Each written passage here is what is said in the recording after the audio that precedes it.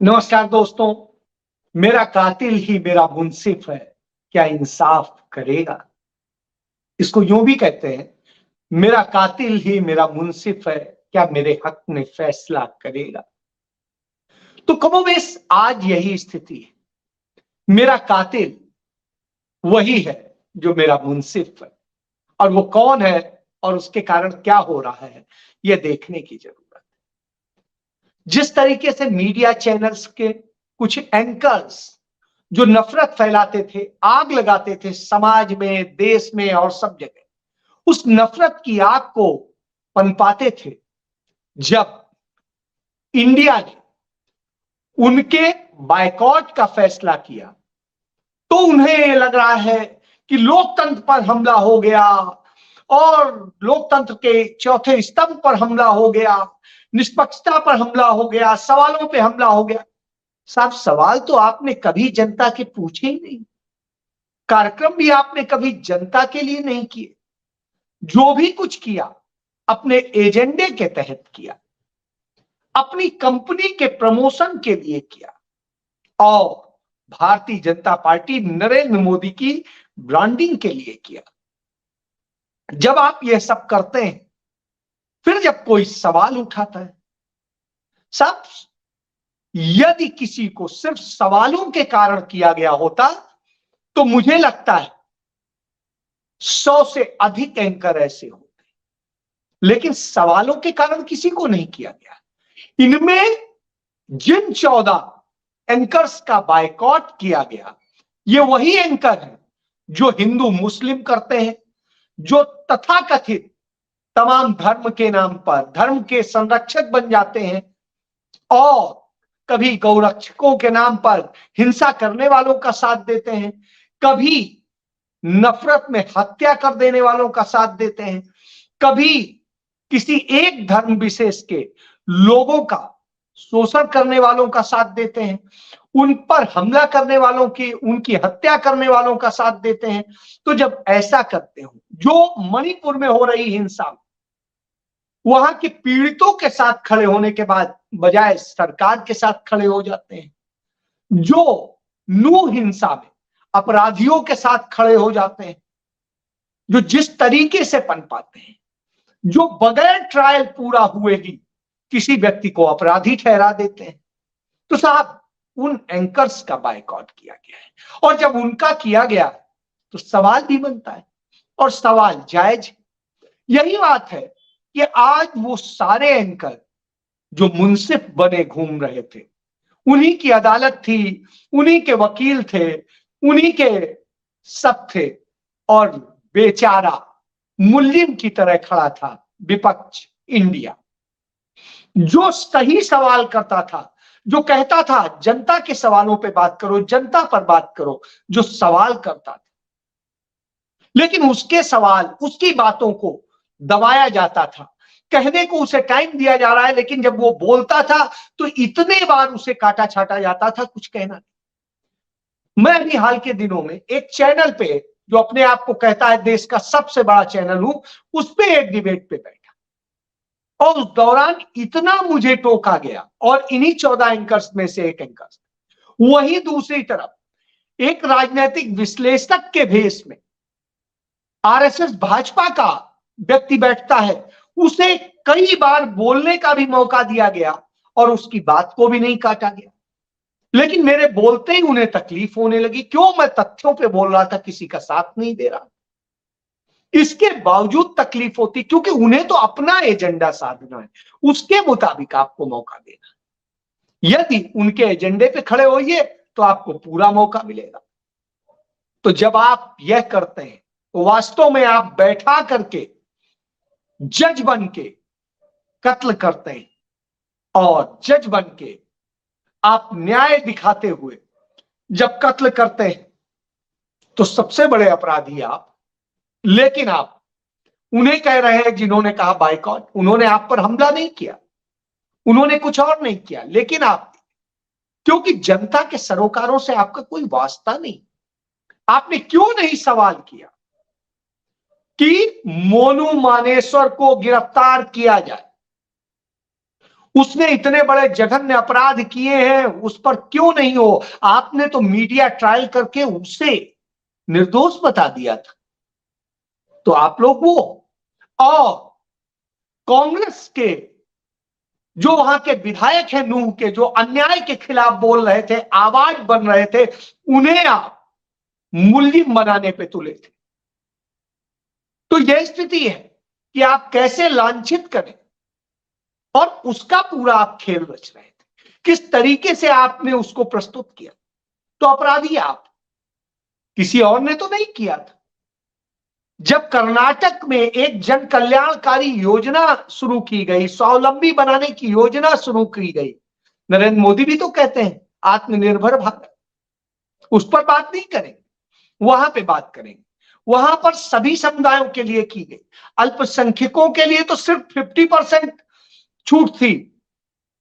जो अल्पसंख्यक नहीं थे, SC ST OBC में आते थे, उनके लिए 75% छूट थी।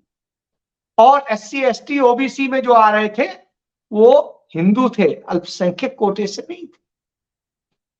तो यह आप समझ सकते हैं, क्योंकि उत्तर प्रदेश से ज्यादा हिंदू जो है कर्नाटक में, बावजूद इसके आप यह, तो यह बताता है कि किस तरीके से आप नफरत फैला रहे थे और फिर चाहते थे कि सब आपके साथ खड़े हो। बहरहाल इस बात को छोड़िए, यह स्थिति ऐसा नहीं है। यही भारतीय जनता पार्टी, नरेंद्र मोदी का एजेंडा है। यही वजह है कि राहुल गांधी कहते हैं नफरत छोड़ो भारत जोड़ो। इसीलिए कहते हैं क्योंकि आप नफरत पनपाते हैं। अब उदाहरण आप, कल कांग्रेस पार्टी के MLA जो नूह से MLA है, उन्होंने high court, Punjab Haryana high court में एक याचिका दाखिल की कि हरियाणा पुलिस उनको गिरफ्तार करने की साजिश रच रहा है। हाई कोर्ट ने सुनवाई के बाद कहा कि आप इसकी रेमेडी के लिए निचली कोर्ट पे जाएं, क्योंकि अभी निचली कोर्ट का आपके पास ऑप्शन है। और उन्हें आज निचली कोर्ट में अपने इंसाफ के लिए जाना था। वो निचली कोर्ट में पहुंचे, उसके पहले उन्हें गिरफ्तार कर लिया गया। क्यों कर लिया गया, मैं इसका कारण बताता हूं। क्योंकि जब नूह हिंसा की बात आई तो उन्होंने इस पर जो अन्याय हो रहा था, एक पक्षी कार्रवाई हो रही थी, उसको लेके आवाज उठाई। विधानसभा सत्र आया, उसमें उन्होंने आवाज उठाई और उन्होंने कहा कि इस पर निष्पक्ष जांच हो और गिरफ्तारी हो जो भी दोषी। और इसको लेके उन्होंने सदन में कहा और तमाम बातें, उन्होंने सबूत तमाम सौंपे। बस यही तकलीफ हो गई, क्योंकि वो सबूत जो थे वे बताते थे कि ये स्टेट स्पॉन्सर्ड हिंसा है। और जब स्टेट यानी खुद हरियाणा की सरकार ये करवा रही है ये हिंसा, तो स्वाभाविक सी बात है उसको तो करना ही था। मुख्यमंत्री से लेकर सब हिंसा होने के पहले ही दिन से कहने लगे कि इसमें मामन खान जो है दोषी है, मामन खान ने कराया, कोई सबूत नहीं था। पुलिस परेशान हुई इतने दिन, कैसे उनके खिलाफ सबूत बनाए, और यह खेल रचा गया। तो साहब, जब मुख्यमंत्री ने कह दिया, गृह मंत्री ने कह दिया और सारे संबंधित ने कह दिया, तो उन्हें मुल्जिम बनाना ही था। तो क्या कहता है नूह का SP नरेंद्र? वो कहता है कि जब हिंसा हुई, मामन खान कहते हैं वो वहां नहीं थे, लेकिन वो 1.5-2 किलोमीटर दूरी पर थे। अरे स्वाभाविक सी बात है, जहां हिंसा हुई मैं वहां नहीं था, अपने घर पे तो होऊंगा ही, और वहां से घर 1.5-2 किलोमीटर की दूरी पे है। तो साहब, इसमें गलत क्या है उन्होंने कहा? तो जो उन्होंने बताया, आपने मोबाइल लोकेशन के आधार पर कहा 1.5-2 किलोमीटर दूर थे, तो इसका मतलब है मैं हिंसा में शामिल नहीं हूं, अपने घर में तो रहूंगा ही, और कहां जाऊंगा जब आपने कर्फ्यू लगा दिया है। तो क्योंकि यदि हम निकलते तो आप बहाना बना देते, उसी आधार पर कुछ करते, कहते इन्होंने करा दिया, तो हम तो निकले भी नहीं। फिर क्या कहते हैं कि इसलिए इनके खिलाफ सबूत बनता है क्योंकि इन्होंने हिंसा के कुछ दिन पहले ट्वीट किया था और कहा था कि हम कड़ा जवाब देने में सक्षम हैं। तो साहब, बिल्कुल है, यदि कोई अन्याय करेगा तो कोई भी जो राजनेता है उसका काम है लड़ना, और वो अपने जिनका वो जनप्रतिनिधि है उनके लिए लड़ेगा। और यही बात उन्होंने कही, और उसके लिए बिल्कुल वो लड़े भी, संसद सदन में भी लड़े और सड़क पर भी आए, प्रदर्शन किया। ये सारी चीजें जो है उन्होंने सबूत भी जुटाए कि कैसे भारतीय जनता पार्टी के लोगों ने, खुद मुख्यमंत्री के लोगों ने इसको हिंसा कराई, और जब ये हिंसा का सबूत मिला तो परेशान हो उठे। अब आप इससे समझ सकते हैं कि कैसे कैसे साजिश रची जाती। तो इस तरह से करके उनकी रात में गिरफ्तारी कर ली गई कि जिससे वो आज कोर्ट में न चले जाए, क्योंकि कोर्ट में जाते तो हाई कोर्ट का डायरेक्टिव था, उनको सुनना था इमीडिएट, और उनके खिलाफ कोई सबूत था नहीं जो वाजिब हो कि वो मौके पर मौजूद थे। तो प्रत्यक्ष कोई सबूत ना होने के आधार पर आप मनगढ़ंत कहते, और कानून कहता है किसी आरोपी के बयान के आधार पर किसी को मुलजिम नहीं बनाया जा सकता है। एविडेंस एक्ट की धारा कहती है 13 कि उसकी बरामदगी होनी चाहिए, लेकिन ऐसी कोई बरामदगी नहीं। तो आपने, क्योंकि 161 के बयान में किसी की भी कोई जरूरत नहीं होती बयान को प्रमाणित कराने की, कुछ भी बयान किसी का लिख लीजिए, तो आपने एक मुल्लिम का बयान में लिख लिया कि हाँ मामन खान ने ही किस्से पर हमने ये किया था, उन्होंने कहा था एकजुट हो जाओ। बिल्कुल एकजुट होने की बात कही जाती है कि भाई जब लोग आपको मारने आ रहे हो तो आपसे कहा जाएगा कि आप अपने बचाव में एकजुट होइए, कहना भी चाहिए, तो इसमें गलत क्या है? और इस आधार पर आप उन्हें मुल्जिम बना देंगे। हमने क्राइम क्या किया? हमने तो नहीं कहा कहीं हत्या करिए, हमने तो नहीं कहा कहीं कोई बलवा कीजिए, हमने एकजुट होने की बात कही। तो जब कुछ नहीं था यूं गिरफ्तार कर लिया गया। यह एक नैरेटिव है, इसके जरिए एक समुदाय विशेष को कैसे बदनाम किया जाए, एक पार्टी को कैसे बदनाम किया जाए जो इंडिया गठबंधन को लीड कर रही है, जो उसकी लड़ाई को आगे बढ़ा रही, और राहुल गांधी को कैसे बदनाम किया जाए, क्योंकि वो राहुल गांधी के साथ में भारत जोड़ो यात्रा में भी चले थे और नूह में बहुत समर्थन मिला था, मेवात में समर्थन मिला था। तो उस वर्ग को बदनाम करना, और यहां का मुसलमान वो मुसलमान है कि जब देश के बंटवारे की स्थिति आई, सब कुछ आई, और यहां के मुसलमानों को ले जाना चाहते थे, जिन्ना ने पूरा प्रयास किया, लेकिन उन्होंने कहा नहीं, हम भारत के हैं, भारत में रहें, इंडिया में रहें। और ये वो लोग हैं कि जब बाबर का साथ देना था या राणा सांगा का साथ देना था तो इन्होंने राणा सांगा का साथ दिया था, बाबर का साथ नहीं दिया था, वो मुसलमान। तो इससे आप समझ सकते हैं कितने राष्ट्रवादी मुसलमान है, राष्ट्रभक्त मुसलमान। गांधी जी खुद गए थे, इन लोगों से बात की थी और कहा था नहीं आप जाइए मत, क्योंकि आप देश के, सोचिए ऐसे सच्चे लोगों को, उनकी लड़ाई लड़ने वालों को, उनके हक और ईमानदारी की लड़ाई लड़ने वालों को नो रोका जाता है, उनको जेल में डाला जाता है। बहरहाल इंसाफ की लड़ाई है, लड़ी जाएगी। लेकिन वहीं दूसरी तरफ एक और घटना का जिक्र करता हूं। डॉक्टर उमर खालिद जो जेएनयू के छात्र नेता थे, और 2020 में जब सीए एनआरसी का आंदोलन हुआ, वो आंदोलन में सक्रिय थे, होना भी चाहिए। मैं भी गया था, मैंने भी जामा मस्जिद पे भाषण दिया था कि हाँ ये गलत है तो गलत है। और उन उमर खालिद को दंगे भड़काने के आरोप में सब गिरफ्तार कर लिया गया, उन पे यूएपीए लगा दिया गया, और नतीजा ये हुआ तब से वो जेल में पड़े। पहले तो लंबे समय तक चार्जशीट नहीं की, अब जब बड़ा दबाव पड़ा वो सुप्रीम कोर्ट गए तो चार्जशीट तो कर दी, लेकिन अभी तक चार्जशीट की कॉपी नहीं दी। और स्थिति ये है, आरोप कहां है, कैसे साबित करेंगे? वहां पर भी यही खेल किया गया जो मामन खान के साथ किया गया। कहीं कोई सीधा एविडेंस नहीं है, ये झूठे गढ़े हुए एविडेंस मुल्जिमान के बयानों में नाम ला करके, और कैसे वो किया गया। वो डॉक्टर उमर खालिद पिछले कई सालों से जेल में, आप सोचिए उसकी पीड़ा, उसका परिवार कैसे झेल रहा है, वो झेल रहा है, लेकिन वो लड़ा है क्योंकि उसने इंसाफ की बात की थी, उसने हक की बात की थी, और उसने गलत बात नहीं की। तो ऐसे व्यक्ति को कैसे फंसाया जाए? पहले उन्होंने जेएनयू मामले में उसे फंसाने की कोशिश की थी जब नारे लगे थे और उसको बदनाम करने की, उसके सबूत आ गए कि साहब उसने तो न कोई नारा लगाया न कोई चीज कही। अब उसके बाद उससे जब वो बरी हुआ तो यहां पे तो फंसना ही था। तो ये स्थिति है और मैं दुख के साथ कहता हूं कि इतने दिनों से सुप्रीम कोर्ट सिर्फ ड्रामा कर रहा है और उसने अब तक कुछ नहीं किया। तो एक तरफ इन पापियों को वो मदद देता है जो नफरत फैलाते हैं, उनको इमीडिएट जमानत दे देता है, रात को अदालत खोल के जमानत दे देता है। लेकिन जो इस तरह से हार्मोनी की बात करते हैं, समानता की बात करते हैं, सबके हक की बात करते हैं, उन्हें जेल में डाल दिया जाता है। जो अन्याय के खिलाफ लड़ने की बात करते हैं उन्हें जेल में डाल दिया जाता है।